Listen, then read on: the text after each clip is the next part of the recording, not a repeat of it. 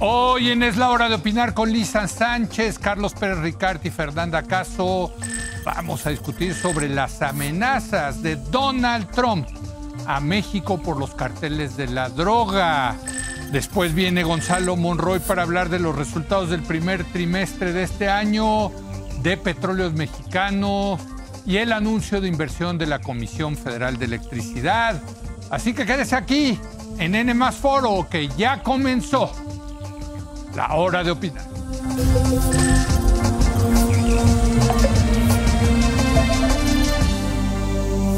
Muy buenas noches. El presidente Donald Trump de Estados Unidos propuso a la presidenta Claudia Sheinbaum enviar tropas estadounidenses a México para frenar el tráfico de drogas, pero la mandataria rechazó su ofrecimiento, dijo Trump, porque ella, es decir, la presidenta mexicana, le tiene miedo a los carteles. Para hablar de estas amenazas y de las respuestas de la presidenta, saludo a los colaboradores de los miércoles, Lisa Sánchez. Lisa, buenas noches. Carlos Pérez Ricard. Buenas noches, Leo. Y Fernanda Caso. Fernanda, buenas noches. Buenas noches. Bueno, hay que decirlo. Déjame empezar contigo, Carlos, si te parece. No son nuevas estas amenazas, es un viejo tema que tiene Trump desde la campaña, es todavía un más viejo tema que trae Fox News, que es la televisora favorita del presidente de Estados Unidos, esta idea de que entre las Fuerzas Armadas de Estados Unidos a resolver el problema del tráfico de drogas a México. Uno, como si eso fuera a resolver el problema, y dos, como si eso no fuera a generar un problema diplomático mayor, ¿no? Además de que la declaración es un cuanto tanto ofensiva, porque dice que Claudia Sheinbaum le tiene miedo a los carteles. Sí. Y según yo recuerdo, es la primera vez que se refiere de forma tan despectiva a la presidenta. Normalmente había sido muy generoso con ella, sí, y ahora está diciendo que tiene miedo. Me parece que es una acusación sin mucho sentido, que además de no ser políticamente correcta, es profundamente machista. Sí. Pero delineo tres ideas principales para abrir la conversación en torno a ello. Lo primero es que esta ofensiva retórica de Trump es menos sobre seguridad e incluso menos sobre México y más como política electoral. Tenemos que acostumbrarnos a este tipo de declaraciones, las vamos a estar escuchando cada 3, 4, 5 semanas y no tienen como objetivo México o reducir el fentanilo, sino mantener conjunta a su base. Entonces creo que son más para consumo interno que para hablarle a la presidenta de México. Además, no fue casual que fuera justamente el 5 de mayo el día que hiciese esa declaración. La segunda idea que traigo a la mesa es que la propuesta de Trump es naturalmente una fantasía. Ningún país del mundo ha resuelto el tema del narcotráfico con tropas extranjeras, sí, y no está de más decirlo. México no es Somalia, México no es un país africano, somos el socio comercial más importante con Estados Unidos y no hay manera además de que de pronto una invasión, aunque así sea aceptada por México, pueda resolver el problema del crimen organizado. Todo lo contrario, este tipo de intervenciones dispersan a los grupos y los vuelven todavía más violentos. Y no olvidar también, si quieren en una siguiente ronda podemos hablar de esto, que la DEA, la CIA y prácticamente todas las agencias de seguridad e inteligencia tienen personas operando en México. Yo mismo escribí un libro sobre esto. Cuando menos hay 50 agentes de la DEA reconocidos en México, que lo que hacen es cooperar con las agencias mexicanas en torno a compartir inteligencia, etc. Así es. Y la tercera idea, termino con esto, es que Trump necesita narcos mexicanos como enemigos porque ya no puede usar tanto a los migrantes con la misma eficacia. En la medida en que se ha reducido la cantidad de migrantes que van a Estados Unidos, me parece que la retórica de Trump va a empezar a modificarse, va a empezar a poner menos peso en los migrantes porque cada vez están yendo menos hacia la frontera y el acento se va a poner en el tema de la seguridad y en el tema de fentanilo, aunque hemos visto en los últimos días que se han hecho confiscaciones históricas tanto en México como en Estados Unidos en el tema del fentanilo, pero nada de eso va a importar en la retórica trumpista. Bueno, habría, Fernanda, también que decir que aquí en México utilizamos a las Fuerzas Armadas dizque para este asunto y no ha funcionado. Pensar que, pero va a venir el poderosísimo ejército de Estados Unidos y sí van a lograr combatir estas mafias del crimen organizado, ¿no? Porque además el registro que tiene histórico Estados Unidos después de una intervención militar es terrible, ¿no? Después de entrar a algún país, las cosas quedan mucho peor para el país invadido, es un tiradero, tienden a irse y el problema se agrava. Es decir, no necesariamente su récord abona para el discurso en el que ellos pueden entrar y solucionar el asunto. Sin embargo, yo sí creo que es una amenaza que tenemos que tomarnos en serio. Sí. Digamos, entiendo la intención electoral que puede tener Trump de hablarle a sus bases, pero es algo que ya viene diciendo desde hace tiempo, lo comentabas, Leo, y simplemente por dar algunos momentos en los que se ha referido al tema. El 24 de julio de 2024 le hicieron una pregunta en plena campaña a Donald Trump, le hicieron una pregunta de ¿están los ataques armados hacia México todavía sobre la mesa? Y él respondió absolutamente. Unos meses después, al tomar posesión, el 20 de enero de este año, dijo, le preguntaron, ¿consideraría enviar Fuerzas Armadas a México? Y dijo, podría suceder. Como que el reportero todavía le dice, ¿en serio? Y él dice, sí, cosas más raras han sucedido antes. El 3 de marzo, J.D. Vance dice, si no controlan a los cárteles, un día los mexicanos van a despertar y ellos van a tener más poder que el gobierno mexicano y ya no van a poder hacer nada al respecto. El 3 de marzo. Y hace 2 días, bueno, tenemos estas declaraciones que asumimos que vienen después de la llamada con la presidenta Sheinbaum. Sí. Él sale a hablar en una entrevista y también lo hace frente a la prensa en un avión. Y en ambos casos hace estas declaraciones en donde dice, yo ya ofrecí ayuda, ellos no la quieren recibir, la presidenta de México le tiene miedo a los cárteles, no está pensando claramente. Y bueno, además hace una declaración en la entrevista en la que dice, los cárteles tienen controladas secciones enteras del país, ¿no? Ya hablando de que México no tiene control de territorios enteros, algo que pues, tal vez no nos sorprende demasiado. No, tampoco, eso es verdad. Es verdad, pero se están haciendo ya una imagen de México en donde su discurso es completamente justificable frente a su electorado, frente a las Fuerzas Armadas. Es decir, creo que es algo que tenemos que tomarnos en serio porque ellos se lo están tomando en serio. Cada vez los vemos como con mayor profundidad, intentando estrategias por un lado o por el otro, y México tendría que estar preparado para decir, bueno, no, más allá del discurso electoral, ¿cómo va a responder en una situación en donde Estados Unidos tome estas decisiones? Porque tiene un presidente que toma este tipo de decisiones. Lisa, estoy seguro que tú tienes mucho que decir, pero quiero también apelar a tu conocimiento. Lo más cercano que ha tenido Estados Unidos en este tipo de operaciones fue el Plan Colombia, ¿no? Y la iniciativa Mérida aquí, es decir, pero sí ha habido un fortalecimiento de la cooperación. En concreto, la invasión de Panamá con Noriega en el 89, en América por un Latina, tema de narcotráfico. En temas de narcóticos, Afganistán es uno de los mejores ejemplos. ¿Pero funciona esto? No, por supuesto que no. A eso quería que lo dijeras. O sea, a eso que te quería llevar. Digamos, el uso incluso selectivo de drones o aviones, etcétera, incluso si es únicamente para la extracción y el secuestro selectivo de ciertos personajes ¿no? relacionados con organizaciones terroristas, organizaciones criminales, etcétera, en el caso de Afganistán, en donde además se proponían eliminar la oferta de opio. Además, hay que decirlo también, mucho con la venia o el silencio cómplice de Europa, porque a Europa también le convenía muchísimo. Aquello fue un desastre, es decir, vimos, ¿no? un Afganistán que regresó al régimen talibán con un poder ahora de producción y de productividad sobre los cultivos de amapola todavía más grandes y con la posibilidad además de que ya se desarrolló en Europa directamente un mercado de drogas sintéticas que tiene su propia dinámica y tiene sus propios criminales. Ahora, habiendo dicho eso, yo quiero retomar de la segunda idea de Carlos que sí podríamos hacer, digamos, con los Estados Unidos. Ya en esta mesa estamos todos de acuerdo que una intervención militar por parte de las tropas norteamericanas sería un desastre, es un despropósito, no serviría para nada y tiene muchas motivaciones políticas y además muchos usos políticos y demagógicos en los dos lados de la frontera. Ya, cerrando eso, ¿qué sí podemos hacer?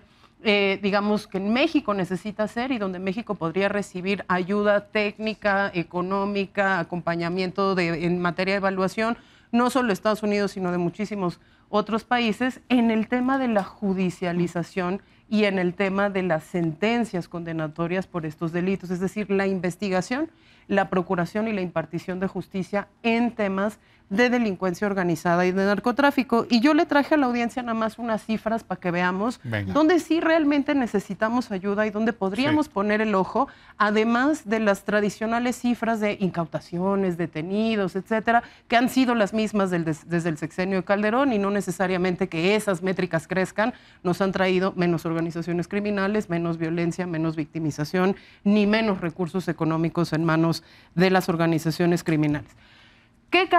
¿Cuántas carpetas de investigación judicializa exitosamente la Fiscalía General de la República? O sea, ¿cuántas abre y mantiene, ¿no? y le da seguimiento en el tiempo? Fíjate cómo van decreciendo los números, Leo, en el tiempo, para ver si no nos preocupamos por ahí. En el 2012, en los delitos contra la salud de la jurisdicción federal, no el narcomenudeo, que es una corresponsabilidad entre estados y federación, la Fiscalía General de la República había reportado la apertura de 22,394 carpetas de investigación. ¿Son un chorro? ¿Sabes cuántas en el 2024? 5,711. O sea, si tenemos un problema que tiene estas magnitudes, que también discutimos en esta mesa, que genera mecanismos de gobernanza criminal, que se arraigan en el territorio, etcétera, estos indicadores me parecen bastante más interesantes, pero no nos quedemos en las drogas porque, digamos, ya también es una verdad aceptada por toda la evidencia que las organizaciones de delincuencia organizada, valga la redundancia, no solo se dedican ya al tráfico de drogas. Bueno, muy bien. ¿Cuántas carpetas de investigación judicializaba la FGR en el 2012 respecto a violaciones a la Ley Federal de Armas de Fuego y Explosivos, la famosa tenencia de armas exclusivas, ¿no? De uso exclusivo de las Fuerzas Armadas? Bueno, antes, 2012, 19,015 carpetas de investigación que se abrían por esos delitos. En 2024, 14,800, ¿no? La única métrica en donde más o menos crecen, pero el crecimiento tampoco es tan grande, es en las carpetas de investigación por delitos patrimoniales relacionados a leyes federales o al Código Penal Federal, en donde pasamos de 17,000 a 19,000.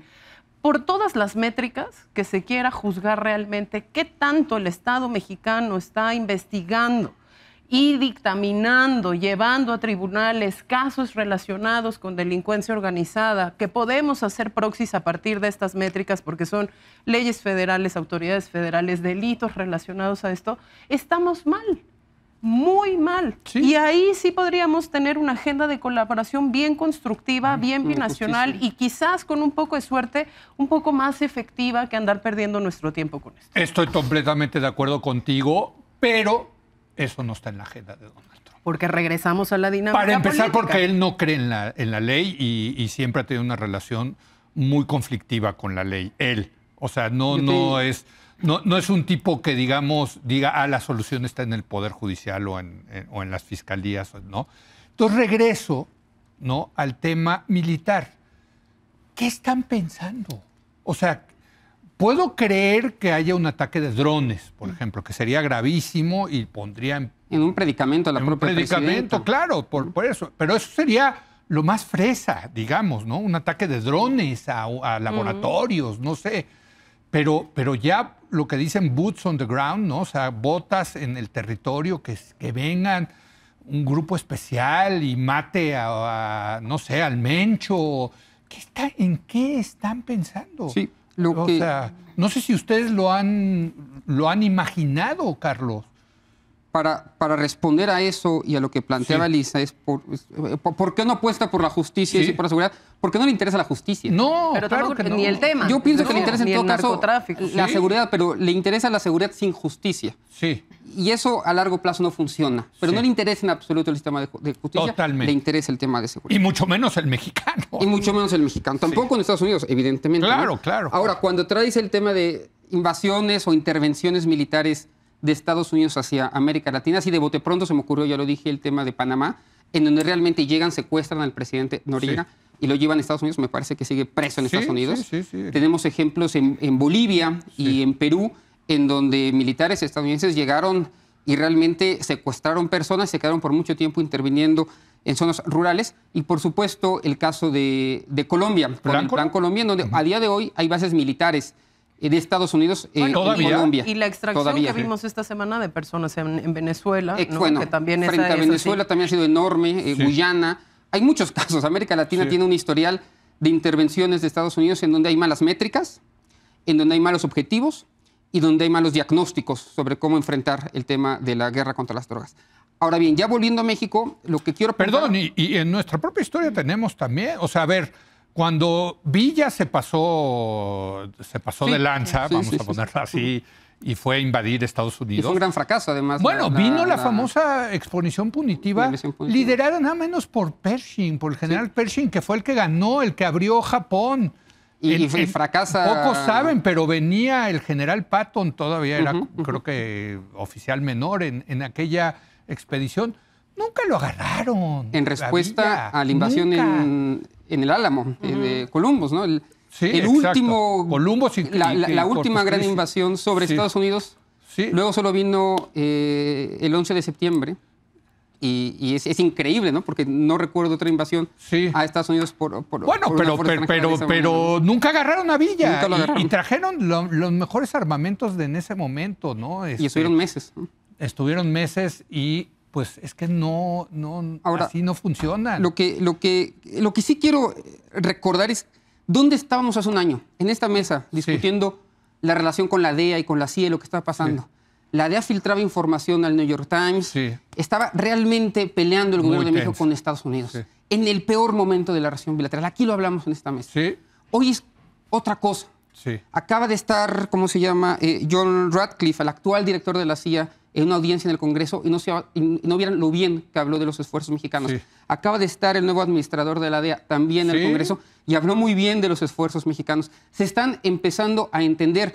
Vamos a conocer mañana los números de homicidios y de reducción de homicidios y realmente hay muchos avances, los vamos a ver, ojalá se puedan discutir aquí el jueves. También se acaba de autorizar este entrenamiento conjunto con el Comando Norte para que vengan a Chihuahua 120 soldados a partir del mes de junio a trabajar. Nada tiene que ver el momento en el que estamos en septiembre con el momento que estamos hoy en mayo. Entonces, me parece que este tipo de declaraciones lo único que pueden hacer es descarrilar un esfuerzo de cooperación que está funcionando bien. Claudia Sheinbaum necesita, digamos, de la retórica de Trump para también avanzar su propia agenda. Ya se había dicho como una suerte de aikido. Sí. Y Trump necesita también una figura como Claudia Sheinbaum para poder avanzar aquí sus intereses. Se están compenetrando bien, están entendiéndose bien. Este tipo de declaraciones ponen un predicamento muy fuerte a Claudia Sheinbaum, porque ¿qué se puede responder ante la amenaza y ante la retórica que dice tú tienes miedo a los cárteles? Sí. Ese no puede ser el camino. Bueno, pero y hoy había un par de artículos al respecto diciendo que a lo mejor hasta le conviene a Claudia Sheinbaum esto, políticamente, dentro de México. Sería tremendo. No, es interesante la hipótesis. Yo creo que a Claudia Sheinbaum siempre le va a convenir que sus contrincantes, que sus pares sean gente del nivel del presidente de Estados Unidos y no tener que estar peleando con los legisladores de su propio partido que no le hacen caso, ¿no? Creo que en ese sentido, pues sí, la coloca en otro nivel. Sí. Sin embargo, no es un buen mensaje el que tiene de parte de Estados Unidos. Y yo aquí lo que veo es que por más que las agencias estén pudiendo cooperar unas con otras y que tal vez los mandos altos y medios estén pudiendo colaborar, el mensaje de Donald Trump es muy claro. Está diciendo, no es suficiente. Lo que México está haciendo no es suficiente y la amenaza que yo había planteado hace un año sigue siendo tan vigente como lo es hoy. Y creo que eso al final a México lo pone en una situación en la que, digamos, más allá de la respuesta de la presidenta Sheinbaum, que puede decir que es intolerable, que la soberanía va primero, que por supuesto es lo que tiene que decir, pues deja dudas de qué está pidiendo Estados Unidos que México no quiere ceder. A Estados Unidos le interesa una cosa, que es que llegue menos fentanilo a Estados Unidos. Bueno, al menos eso es lo que dicen, ¿no? Que se pare el fentanilo, no les interesa el sistema de justicia, tampoco les interesan los mecanismos que se utilicen para hacerlo. Pero lo que sí queda claro es que ellos están pidiendo responsabilidades de alto nivel. Es decir, ¿qué gobernadores están involucrados con el tráfico de droga? Porque no puede ser que estén pasando estas cantidades si no hay gobernadores y alcaldes y gente dentro del propio ejército y dentro de la policía que estén involucrados en lo que sucede. Y en eso México pues ha sido muy tibio, porque no se ha avanzado. Sí se han desarticulado algunas redes a nivel de alcaldías, pero no del tamaño de lo que estamos viendo, de lo que son los cárteles en México y el tamaño de los territorios que controlan. Y ahí, pues sí, todavía México tiene un pendiente, no solo frente a Estados Unidos, ese debería de ser el último de los problemas, frente a los propios mexicanos. Aquí, Lisa Sánchez. Hay dos elementos creo que son importantes también para entender por qué en la discusión de seguridad predomina tanto la defensa y las relaciones internacionales y esta idea de Estados Unidos de estar interviniendo como el gran solucionador de absolutamente todos los conflictos del mundo. Y en ese caso, México, si bien reviste una importancia tremenda porque somos vecinos, tenemos 20 millones de mexicanos del otro lado, porque somos los principales socios comerciales y demás, no es el único caso. Es decir, ¿no? Hoy está en las noticias de Brasil, justo como Brasil está haciendo todos los esfuerzos diplomáticos a su alcance para que no le declaren como organizaciones terroristas al PSC y al Comando Vermelho, por ejemplo, que también son dos organizaciones sumamente poderosas en Brasil, de la misma manera que no hay amenazas absolutamente, pues prácticamente sobre todos los países, ¿no? En la visita del primer ministro canadiense se volvió a hablar de la posibilidad de Groenlandia, ¿no? Se volvió a hablar de la posibilidad de que Canadá se volviera al Estado 51.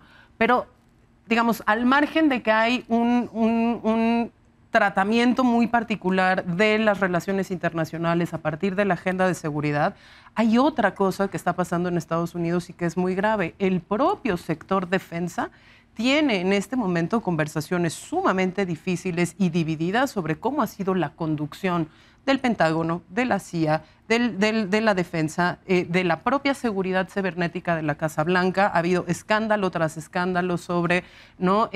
Filtraciones de información, errores burdos. Digo, el que más sale es el del tema del chat de Signal, en donde estaban discutiendo las operaciones, bueno, ya le costó la ¿no? chamba. Armadas sobre Yemen, ¿no? Y suben a un periodista, pero como esos, si ustedes escuchan o leen las noticias de los medios norteamericanos diarios sale una cosa en donde ya hay incluso legisladores que lo que están exigiendo no es la renuncia de los mandos de las distintas dependencias, sino la del secretario de la Defensa, precisamente porque se están conduciendo muy mal. En ese sentido, creo que también habría que poner parte de esta conversación del sinsentido que representaría seguir por ahí y no por la agenda de construcción de paz verdadera para México, tiene que ver también con que en este momento son ese sector defensa el que va a venir a poner orden a México cuando no controla sus datos, cuando no controla la confidencialidad de la información, cuando no controla realmente quién está tomando las decisiones y cuando tienen una bronca política muy importante adentro de ese Ministerio de Defensa, o será, ¿no?, que es necesario también pues que este tipo de distracciones sirvan incluso para patear el balón de no estar discutiendo una cosa que es grave y que los norteamericanos perciben como la crisis en temas de manejo de la seguridad interior y hacia el extranjero en Estados Unidos más grandes, digamos, de los últimos 50 años. Por cierto, he estado en Estados Unidos preguntándole a mucha gente sobre qué opina sobre esta idea y me ha resultado sorprendente la gran cantidad de estadounidenses que sí creen que ellos pueden resolver este problema. O sea, que si entra de US Army o los Marines o los Navy SEALs, esto se arregla rápidamente, ¿no? Pues están profundamente equivocados. No, claro que están profundamente equivocados, eso ya lo sabemos. Pero lo que quiero poner en la mesa es que esta idea ramboesca, no sé cómo llamarla, ¿no? De que tú mandas a Rambo y Rambo va a poder con los Chapos y los Mayos y los del Jalisco Nueva Generación y eso, está muy imbuida, muy metida en la psique estadounidense, Carlos. Es que hay una idea de que el problema es mexicano. Sí. De que el problema se reduce a nuestro territorio. Sí. Y que no es un problema compartido, sí, que es un problema de oferta y no un problema de demanda. De demanda, sí. En donde tenemos al mayor mercado de drogas y el mayor mercado de armas del mundo. Sí. Y resulta que compartimos frontera con ellos. Es que eso también se lo creen. Si paras las drogas en México, lo cual es... se va, no sé si solucionar, pero va a bajar el problema de Por cierto, vienen terribles los números de consumo de metanfetamina. Ah, claro. Están reduciéndose el número de muertos por fentanilo, pero está incrementándose de manera terrible el consumo de metanfetamina. Bueno, termino con dos reflexiones. Una, sería una gran contradicción o una paradoja que un gobierno como el de Trump, que anuncia su retiro del concierto global, del concierto mundial, lo que haga es de pronto tomar la decisión de invadir a su mayor socio comercial, ¿no? O sea, es un gobierno que más prometió terminar con guerras. Sería muy extraño que pasara eso. Y a un aliado... Y amigo, a mí no me gusta utilizar amigo. Socio comercial. Sí. México, insisto, como empecé, no es el Congo, México no es Yemen, México no es Somalia. No es Afganistán. Y no tiene nada que ver esa realidad política con la nuestra, ¿no? Estados Unidos tiene mecanismos mucho más eficientes e inteligentes para presionar a México. Lo han hecho así durante 100 años en que han constreñido la política de drogas de México y no han necesitado poner la bota de un soldado en México. Para eso tienen informantes, para eso tienen agentes, para eso tienen analistas, tienen un elenco enorme de personajes a los que pueden acudir para obligar a que México haga la política de drogas que más o menos ellos quieren. Entonces, termino con esto, acostumbremos a que esto va a suceder los siguientes 4 años.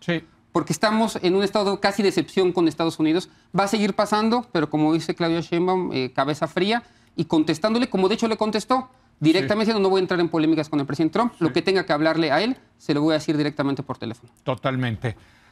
Una última conclusión, Fer. Bueno, quería responder a lo que mencionas de la idea que los estadounidenses tienen de su ejército. Creo que sí es una idea muy hollywoodesca.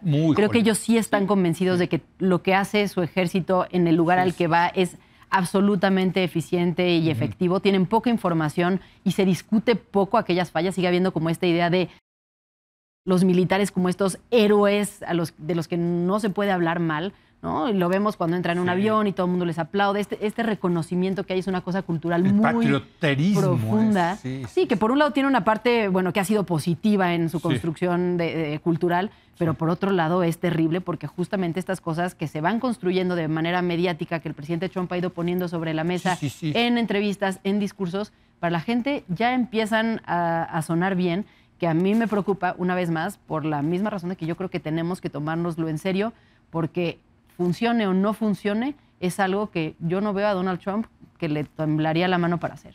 Sí, y es una idea muy compartida de demócratas y republicanos, esta cosa de la fortaleza militar.